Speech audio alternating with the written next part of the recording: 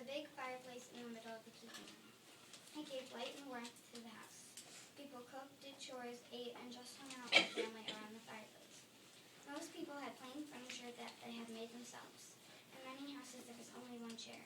It belonged to the father and nobody else was allowed to sit in it. The rest of the family sat on wooden benches on the settle.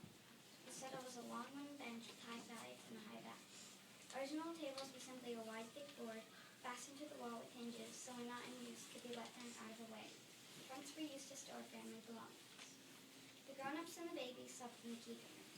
The older children slept in the attic. Mothers and fathers slept in a bed called a jack bed. Younger children slept in a smaller bed underneath the jack bed. At night they pulled out the bed. It was called a trundle bed. The older children slept in the attic on bags filled with straw or on mattresses filled with feathers or bits of wool. The babies slept in cradles near the fireplace. The towns that had schools were considered lucky because most towns did not have schools. If the kids did not go to school, the parents would teach them something. A wooden stove heats the room and the kids would have to bring in a log to put in the fire. The kids barely wrote on paper because it was so scarce. The paper was made of birch bark. Around 9 a.m. they had breakfast and dinner was served from 2 p.m. to 5 p.m.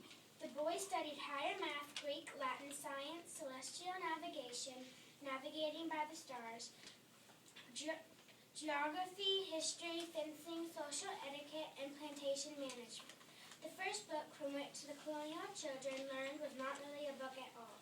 It was a thin piece of wood about 5 inches long with a handle. This wood was covered with a thin piece of paper attached around the edges with a thin sheet of clear horn. The horn book was worn around the neck or by the side. Some of the things that boys would do in colonial times were cutting down trees for firewood, hunting, getting water, and emptying the chamber pots. Chamber pots were like indoor toilets. They looked like giant mugs. You would use them at night because it would be too dangerous to go out. The chamber pot would be under the bed. It would be emptied each morning. Some of the things that girls did in colonial times were making candles and soap, sweeping, and sewing. It was very important to know how to sew in colonial times. Clothes were expensive in colonial times, so they would get long sheets of fabric and balls of yarn to make clothes. Or they could take old clothes and use them as sheets of fabric. The clothes they would make like that were called patchwork.